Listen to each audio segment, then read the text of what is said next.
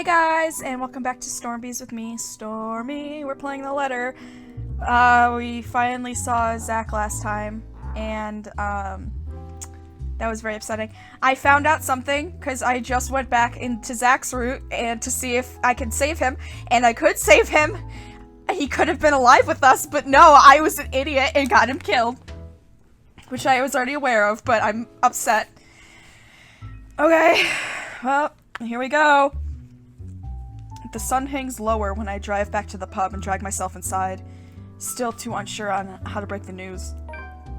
Around this time, the patrons usually start to trickle into the main lounge, until it reaches a peak around midnight. Today, however, it remains thin.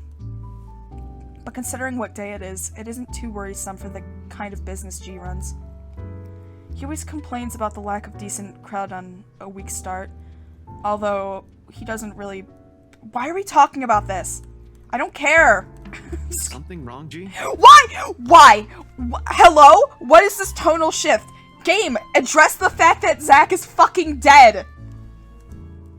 G hums as an undertone, blah blah blah. Nothing much. Monday's still a slow day for this place.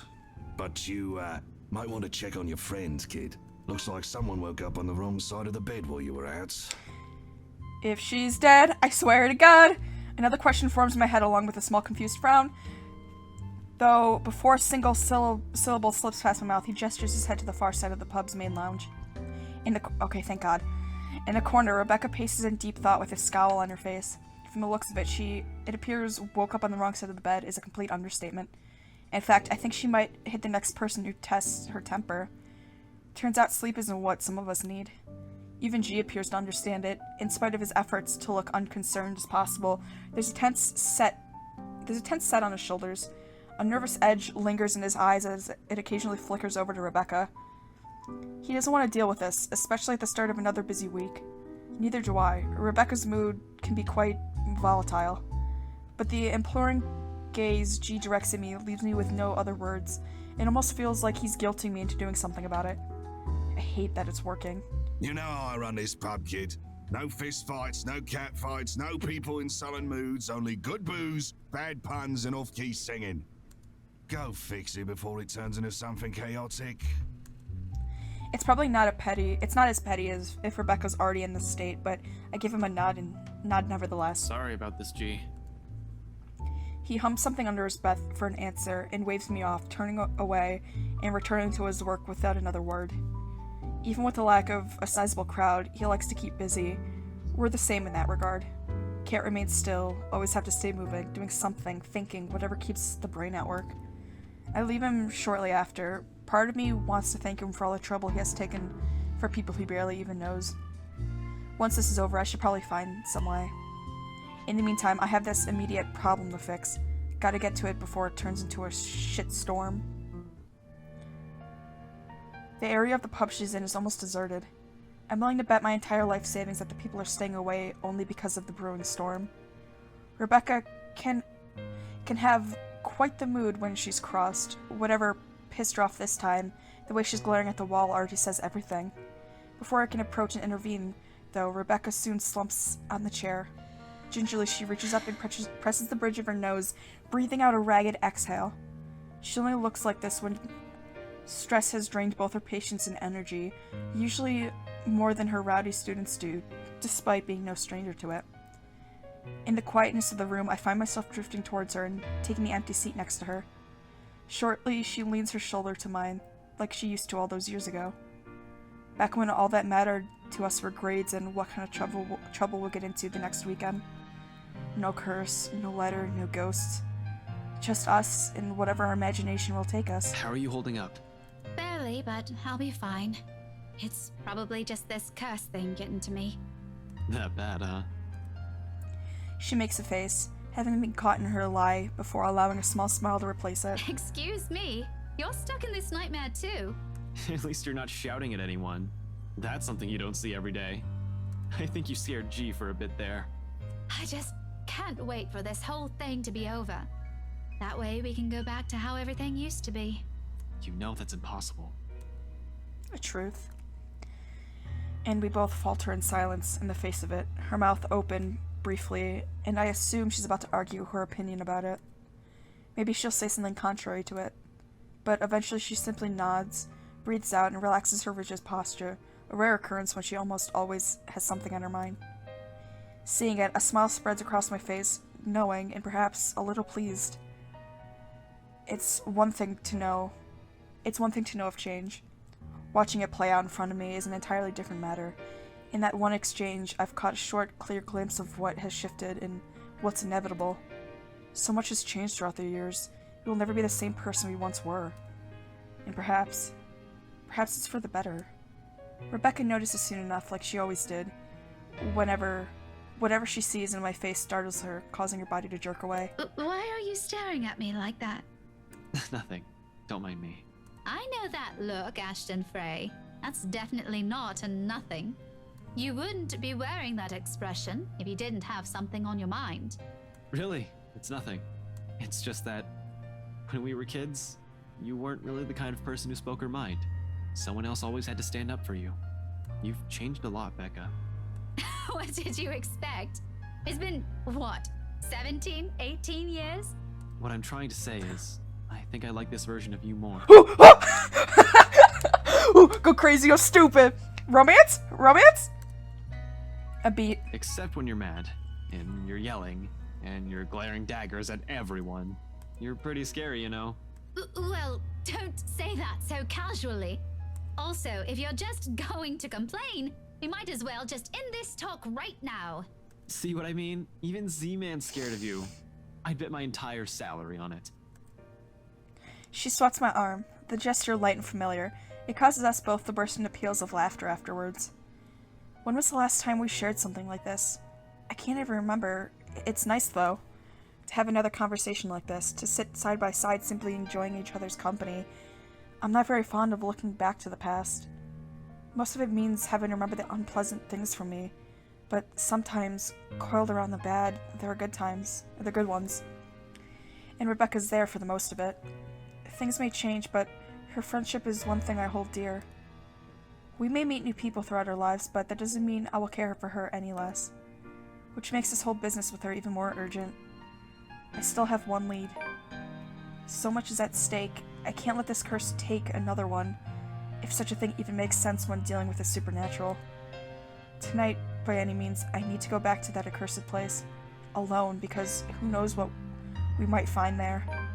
Whether she agrees with this plan is inconsequential. With Zach gone and Isabella in a coma... God, stop with the story updates, Jesus! With Zach gone and Isabella still in a coma, her well-being is my top priority, and I'm not just about to drag her in there with me. My apprehension must have been quite obvious in my face. In a sudden motion, Rebecca reaches out and taps my arm. Although she does it gently, it startles me, nevertheless, and it's enough to put a worried look on her. For a moment, she studies my face, eyes scrutinizing, searching. But before I can... Ooh? No, okay. I was like, is this kiss? Hello? Hello? But before I can even avert my gaze, keep her from getting a read on me, she straightens, her worry abruptly fading into the back of disapproval. You have a plan in mind, don't you? It's a simple yes or no question. I can easily lie, yet her tone completely bellies everything her words mean. I may as well tell her everything. When all is said and done, she's still one of the few people I trust. However, every vein in my body knows she'll be the first one to disagree, put her foot down, and stop me. And when she does, who else will be left to fix this? Her? I do understand her concerns, but there are times when they are misplaced. This complication isn't what I need at the moment. But what am I supposed to say? What is she expecting to hear from me? What answer will satisfy her?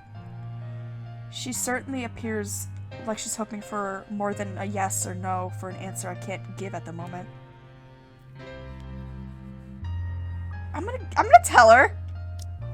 I don't know why I wouldn't tell her. What are we at right now with relationship? Gotta romance them, so. Let's offer a vague answer. I need to head off somewhere tonight. I think that helped. It looks like it helped. A vague answer. It's all I can offer, and hopefully this will be enough. It's not an outright lie, but that, though, doesn't make me feel any less awful about this. It's worth... Okay, my thing is, like, why are they splitting up? It's already shown, like, hey, when you're alone, you're kind of fucked, so why wouldn't they stick together? Like, Ash, come on, buddy. It's worse when, you know, she's asking only because she's worried. Part of me wants to tell her, admit exactly what I'm planning tonight. What good will it do, though? I do intend to tell G before leaving tonight. He has to know if he's going to be keeping an eye on her for me. One person is already enough, however. Hell, simply letting someone in on the plan makes me iffy. Broadening that circle and revealing too much would cause another pointless concern. But someone has to be aware, at least of where I'm heading off to, in case things don't pan out. Accept the worst, even if only intended to do a quick survey of the place. In my own words, risky. Rebecca doesn't need to know the kind of danger I might be throwing myself into tonight. I don't even want to think what she'll say the second she finds out I'm doing exactly as I told her not to. She should prioritize herself and her safety before others. But it's never that easy with her, is it? Am I allowed to ask questions this time? You're asking one right now, aren't you? It's a serious question, Ashton. Yes or no? You can, but I can't promise I'll answer them. That's a nice way of saying no. You might as well just tell me to shut up. You know I don't mean it like that. Is there something I can do at least? For an instant, I hesitate, pausing, fumbling for an answer. It's more difficult with her because all this time, she still looks at me as if I'm the same kid from 10 years ago, who she depended on when she has yet to find herself, who she turned to for answers despite my own lack of them. It makes me all the more afraid to fuck up this time. And in case I do, she's the last person I want to be with me. Getting her in trouble, getting her killed is not how I want to repay the friendship she so generously offered all these years. My friends are not supposed to be the ones taking the repercussions of my mistakes. Those are for my own doing, of my own responsibility. Fear, a heavy weight on my shoulders they shouldn't be dragged into carrying. However, if there's one thing I could trust her with... Stay safe. And then a moment's pause. A hesitation while I try to choose the words to use, while I figure out how to break it to her. Because despite having never grown closer with Zach, unlike with Isabella, he's also a friend to her. He is a loss, all the same, for the both of us. Because Zach won't be with us anymore. The words won't form and my throat closes up. But I don't need to look at her to know how she's taking this news. There's a sorrow in her, palpable enough, as soon as the meaning of what I said sinks in. A pain I can't even hope to understand. We'll know we'll both deal with in our own ways. In the end, I can only urge her to carry on. You're good with that kind of stuff. You don't need to remind me. I can take care of myself well enough. A grimace on her face, but I know she'll do it, even without making me ask for it. She cares more than anyone, more than what her fiery temper expresses. And it eases something in me. Sure enough, after a stretch of silence, she eventually nods. She does not entirely agree with this. It's in the distinct look on her face, but she's willing to trust me on this. For now, that's enough. Either way, it's best I simply leave things here for now. There's already an understanding, albeit something we both don't agree with. No need to push it further. With a light, reassuring squeeze on his shoulder, I stand up. Ooh. Okay, I was like, is somebody walking in here that I know? At the same time, footsteps shuffle from the pub's entrance, and cheerful chatter suddenly fills the room as a group of people enters. It's all the distraction I need. Muttering an excuse and flashing Rebecca a quick smile, I beat a hasty exit out of the main lounge and leave her on her own, despite the troubled look she shoots me. Before Rebecca can say what's on her mind. Before the last frustrated glare she directs at me forces me to change my mind. It's another lasting image that firmly etches itself into my memory, one that spurs the conscience among other things. I just hope I won't regret what I've chosen for myself tonight. I'm already regretting it. Galloway Shaw's Monday night crowd, although small and barely occupies a quarter of the whole pub, provides ample enough cover for anyone who wishes to leave the place unnoticed. Just exactly what I need tonight. with the lively music and chatter slipping out mostly unseen, becomes a piece of cake. Why does it matter? Why does it fucking matter? People leave bars all the time, who cares? Without much trouble, soon enough, I find myself standing outside under the chilly Luxborn night. A gust of wind picks up shortly after I step out, carrying the telltale smell of an impending rain. I'll give it about an hour or two before it starts. From the looks of it, tonight will be another downpour, maybe even stronger than the one we've had this morning.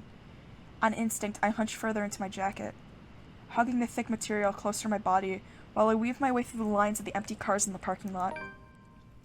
4 hours is all I'm giving myself to get this done. Regardless of how generous that is, each second is just important as the next. With a brief detour needed, I can't waste time dallying here. If this is all connected, I need the damn piece of paper with me, however ridiculous it sounds.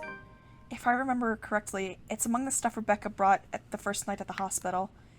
I'll find it soon enough. I just hope Isabella's aunt hasn't read or disposed of it yet.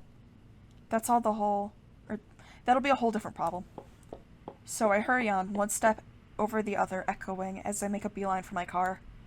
But, as with every plan, problems crop up at the last second. It's practically a universal rule, and it does, in the form of a lone figure waiting for me next to my car. Rebecca turns just as I near, the corners of her mouth twitching up in a wry smile. She offers no greeting except a slight tilt of her head. Even as my pace slows and I look at her with an unvoiced questions in my eyes, she remains wordless, merely throwing her head back and shifting her attention up to the starless sky when I come up to stand beside her. Another gust of wind blows as she breathes out a sigh, weary, thick with something close to resignation. The breeze carries all of it away, while she hugs her arms close to herself to keep warm, which raises the question why she's out here. The air is already heavy with the promise of rain, with clouds obscuring the view. There's really nothing left to look at, but the dark blanket of nothingness. Still, she stands there as if she's unintentionally waiting for everything to fall. That, or she's here for some other reason. But before I can voice a single word, express a disapproval of any kind, she raises a halting hand at me, sharply cutting off the rest of my question. I'm not here to stop you. Wherever it is you're planning to go off tonight, I won't be able to anyway. You look like you've already made up your mind. Go back inside. It's going to rain soon. It'll probably be even heavier than the downpour we had this morning. You wouldn't want to be caught in it. I will, in a moment. I just want to stay out here a bit for some air, away from the noise inside. Everything's been so chaotic these days. This little break is nice, even if it means standing in the middle of a parking lot, of all places. Getting out of this mess would definitely be better, but hey, you take what you can get, right? It'll be over soon. That was a weird line. That was a weird line delivery, but okay. I think part of me is like, is this the ghost? A ghost can't disguise. Well, can it disguise herself? I don't know. The confidence in my own words surprises even me. How do I know? Why am I so sure? When in truth, what I'm about to do is the last-ditch effort. If this fails, if I don't find anything, we're back to square one. It's the last lead I have. After this, we'll have nothing to go from. Regardless, it seems to amuse her, and her laughter soon sounds above the murmur of the distant traffic and the light drafts sweeping around us. How I wish. I'll be content as long as she stops showing up in my mind whenever I close my eyes. I think that may take some time. The brain doesn't easily forget trauma.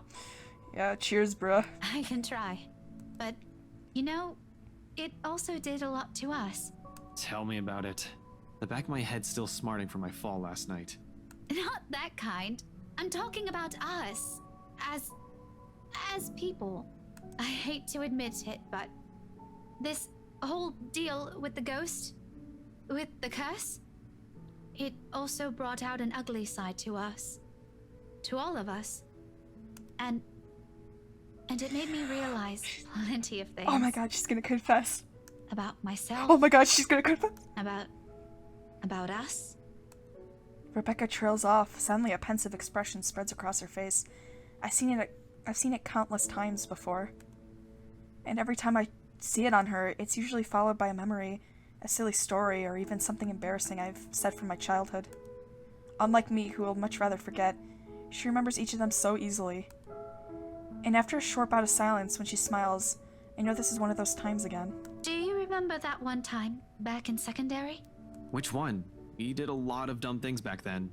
Well, I did, but you get the point. Mandy. I thought you still don't like her. Don't tell me you've kept in contact with her. Are you guys friends now or something? Oh no. We do see each other sometimes. On the way to work or when I go out for lunch, but it's nothing like that. We're not friends. Not in this lifetime. I don't think so. I don't think we'll ever get along, but if it wasn't for her, we wouldn't even be friends, yeah? You stood up for me that day. And from then on, things have changed. She makes it sound like I'm some sort of hero. Mandy was in the wrong, of course. I'll defend her. If no one's gonna stand up for her, who else will? Chances are, it would have escalated, and who knows, maybe she would have stopped going to school or transferred. Any decent human being with an ounce of sense should know better. I acted because I know what I'm doing is what's right. It's as simple as that. Yet, she smiles as if it's worth more than that. A fondness that goes beyond nostalgia. I guess what I'm trying to get at is, this time, I don't want this to go unsaid. You know, just in case something happens. Oh, come on, girl. Ash, I've always been in love with you. Girl,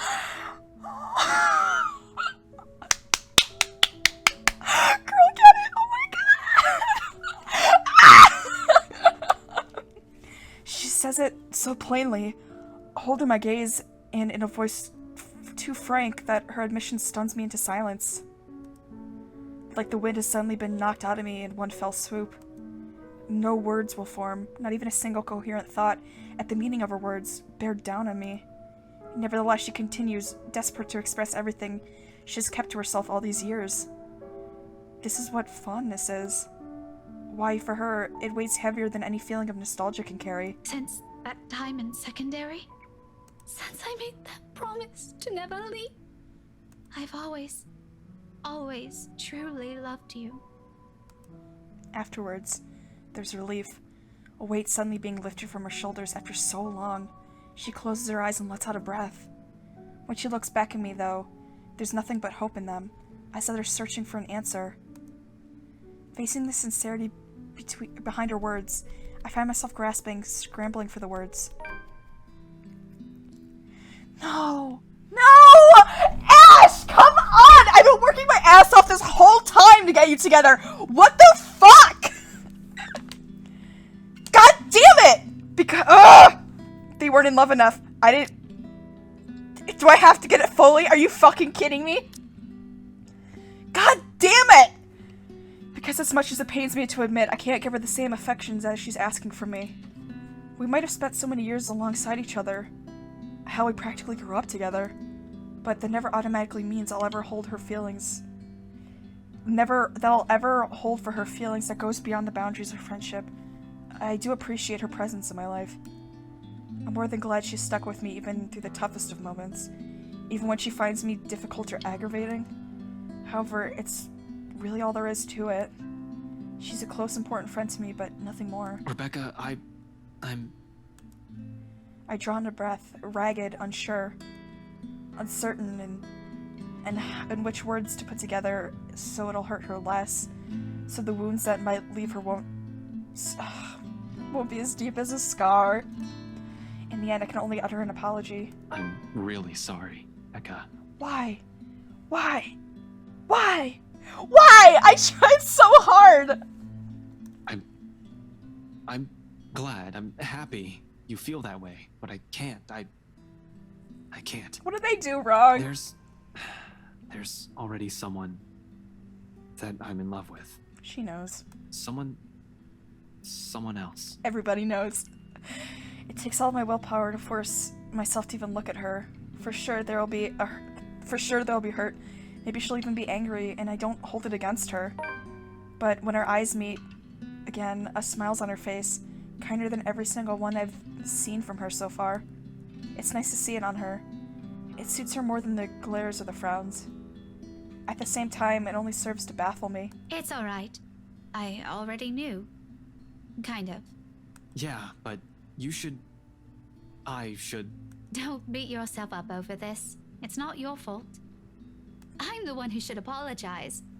Since I suddenly sprung this up on you when you have other things to do, I just thought I should let you know. And now that you've given me an answer, I guess I can finally let this whole thing go, huh? One question though. Are you going to tell her when she wakes up? Tell what to who? You dumb of ass.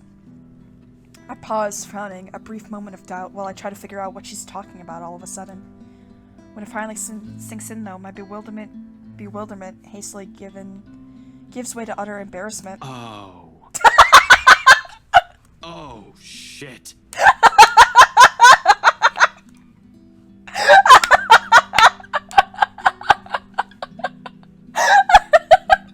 Homeboy really thought he was slick with that fucking crush. Are you kidding me?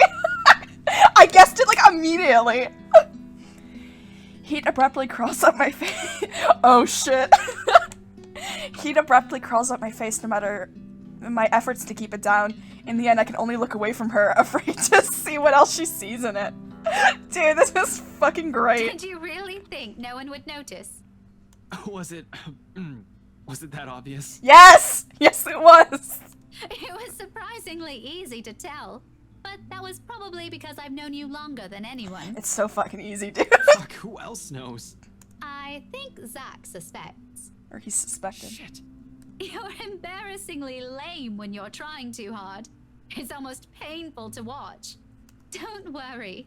With your terrible way of flirting, and knowing her, I'm quite sure Belle has no idea, even now. Not even a clue. Harsh, Rebecca. Really harsh. I could use a vote of confidence, you know. She laughs aloud, the kind that's free of any burden, ringing above the wind, slowly picking up as the storm clouds approach. With it, however, the awkward atmosphere lifts at last. There's only the camaraderie we've shared since the meeting in the classroom 17 years ago. I'm serious, though.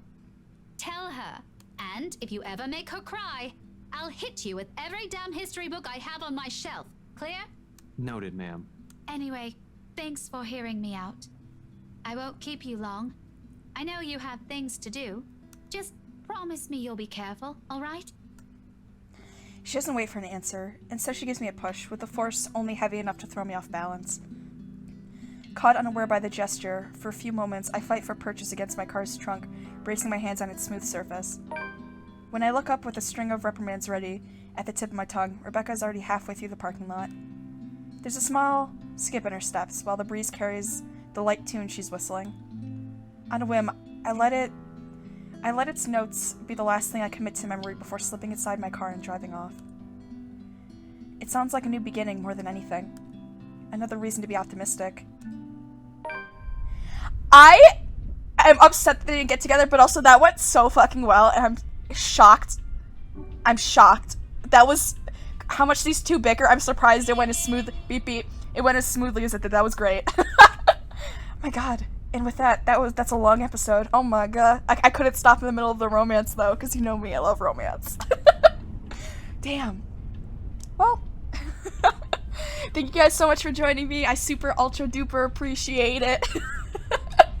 And I hope you guys have a wonderful, wonderful day. Good.